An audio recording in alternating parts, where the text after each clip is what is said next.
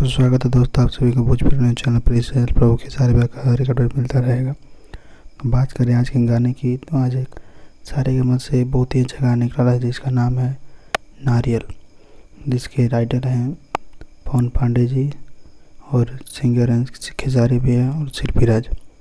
मतलब क्या ही कहा जाए, इस गाने ने तो पूरा रिकॉर्ड ही तोड़ दिया। आपको रिकॉर्ड गिनवाता हूँ। 22 मिनट में 18,000 लाइक है और व्यूज़ तो मतलब गिन नहीं पा रहा यूट्यूब। फिर 22 मिनट में 18,000, 26 मिनट में 21,000 लाइक है और 30,000 व्यूज है, लेकिन व्यूज दिक्कत हो रहा है थोड़ा सा। और 31 मिनट में 23,000 लाइक है।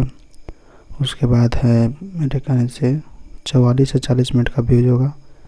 हाँ, 44 मिनट में 30,000 लाइक है। और फाइनली गाइज 8 घंटे का अगर रिकॉर्ड देखा जाए तो ये गाना 10 नंबर ट्रेंडिंग पर है और 1.1 लाख लाइक है। धन्यवाद। चैनल को सब्सक्राइब कर दें।